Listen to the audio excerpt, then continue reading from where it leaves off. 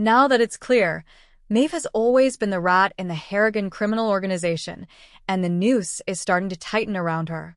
In episode 7, she nearly gets caught by Conrad when she says Richie texted her to say he had Serafina and Brendan, but she actually told him where he could find them both. Before Kevin interrupts them, she plays coy and complains that Conrad doesn't trust her when he wants her to show him the text.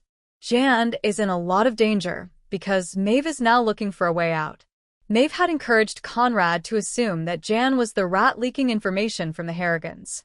In episode 7, he has Paul follow her to a pub where she is seeing Alice, a DS Fisk informant, and he has even threatened her about it in her own house. Paul is concerned that Alice is actually an informant since he hears Jan discussing killers and gangsters and assumes she is discussing the Harrigans' business with someone she hardly knows. Maeve realizes that suspicions about Jan are already high because she was aware of Conrad's conduct the entire time, which further reinforced the fact that Paul is her toady and not Conrad's. Now that she's trying to disassociate herself from being the rat, it's very safe to assume that Maeve will blame January unless Harry is able to step in or more evidence against Maeve surfaces. Jan's destiny now appears to be set in stone. If something were to happen to Jan, it might be the catalyst for Harry to turn against the Harrigans and join forces with Richie. Jamie Lopez, the head of the unidentified Mexican cartel involved in the drug trafficking in London and around Europe, ends up capturing Brendan and Serafina. Richie outsourced the murder of the two Harrigans to Lopez because he knew he wouldn't be able to get them in time all the way to Antwerp.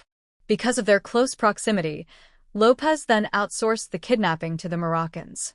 Because of an offense Conrad committed against his father 30 years prior, Lopez is more than happy to cooperate.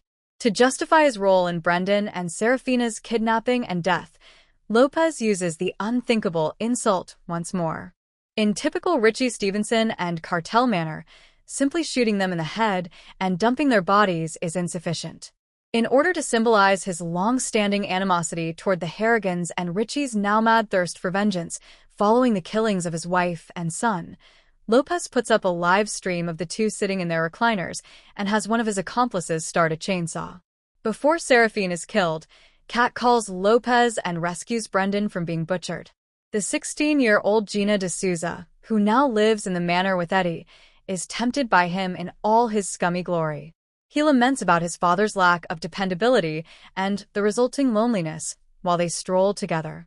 He doesn't know that Gina is studying psychology, so she quickly recognizes his ploy and calls it the mirroring strategy. But against her better judgment, she hooks up with the bad boy, Eddie, in a reference to Alice and Jan's chat at the pub earlier in MobLand episode 7. Remember to like, share, and subscribe to my channel for more videos.